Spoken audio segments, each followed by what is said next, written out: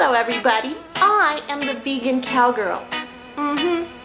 No cows here, just fruits and vegetables. And I want to talk about people use steroids for aesthetic uses. Now why would you do a thing like that? You could easily achieve the musculature and the cut of the muscles that you are longing for by eating a vegan diet. You know why? Because vegan diets really lower your fat on your body.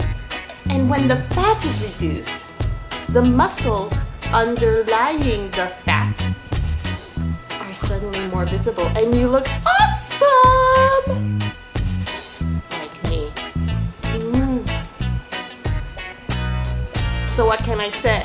Do you need to take steroids to lose weight? No, there's a cheaper, easier way than that that does not make your wee-wee not work.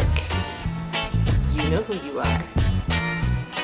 So that's all I gotta say about that. Off with the steroids, unless you're like some sort of Men's Health magazine supermodel.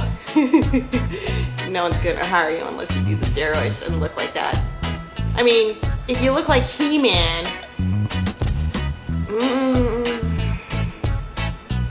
or you could look like a lean, green machine. We women don't care, as long as you're healthy. And now we dance.